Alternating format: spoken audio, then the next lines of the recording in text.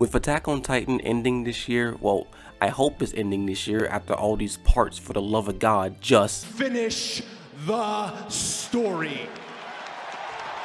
It got me thinking about the main protagonist, Eren Yeager, the boy who wanted to kill all the Titans to the man bent on destroying the world, but one thing remained the same, his desire to be free. Even though I am a proud Yeagerist, I don't fully agree with what Eren is currently doing, but I do understand why. I understand Eren. Let's go back to the beginning, where Eren and everyone on the island truly believed they were the last humans on Earth and the Titans eradicated everyone. Think about how many people lived and died believing that. Like, when you take a step back, a lot of people got smoked. Like, a lot of people died that didn't need to. And after all that, you find out that not only is there people beyond the walls, but every single one of them wants you and your people gone, extinct, unalived. But because of this, when Eren made it to the beach, he couldn't even enjoy seeing the ocean like everyone else, because he knew across the sea was the true enemy, the rest of the world. We later find out that everything went downhill for Eren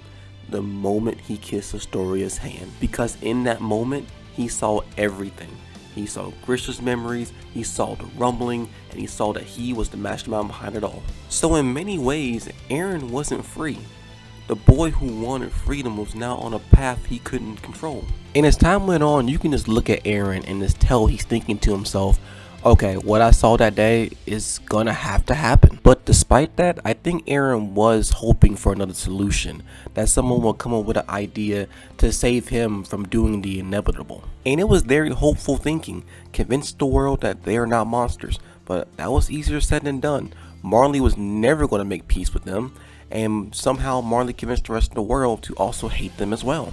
And even some of the allies they did make was there for mainly selfish reasons. I believe the precise moment Eren knew he was going to do the rumbling was during the Eldian meeting in Marley, where the Eldians there basically threw Paradis under the bus. They were basically like, oh, we're the good Eldians. The true devils are over there on Paradis. Let's go get them and kill them. And that's the moment when Eren realized that, okay, this is the path I have to walk. I have no choice. And you can tell that realization definitely destroyed him mentally. A good example of this is when Eren saved Ramsey from getting beat up or possibly worse, and he walks him back to his home and he breaks down in front of him, just saying sorry over and over and over again, because he knows he's gonna have to kill him and his people. And this is why I understand Eren, because he did not want to do this, but it was getting down to the point where it was between saving his people and possibly waiting to be destroyed, because they tried everything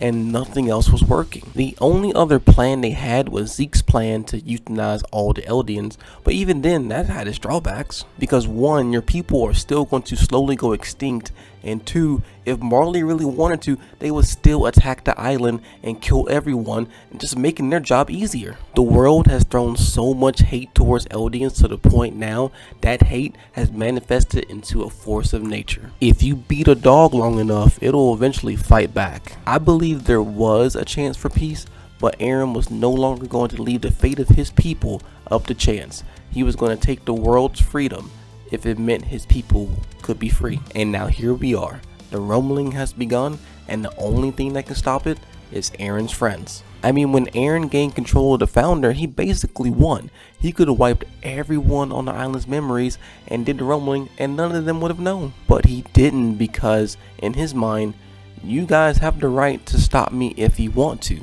You're free, just like I am free to do this. So in the end, we will collide, and whoever wins, wins. So it's kind of a twisted win-win for Eren. Either he completes the rumbling, or his friends stop him, thus becoming the heroes of the world, and hopefully then the world would leave Eldia alone in peace. It's still crazy to me to see where Eren was to where he is now.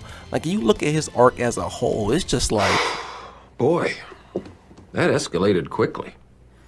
I mean, that really got out of hand fast. It jumped up a notch. It did, didn't it? Yeah, I stabbed a man in the heart. I saw that. he's willing to be the villain just to give his friends a chance. But thank you for listening to me try to defend a genocidal maniac. If you enjoyed this video, please like, subscribe, and comment your own thoughts on Eren. Alright y'all, it's been your boy Curtis from Black Heroes, and I'm out.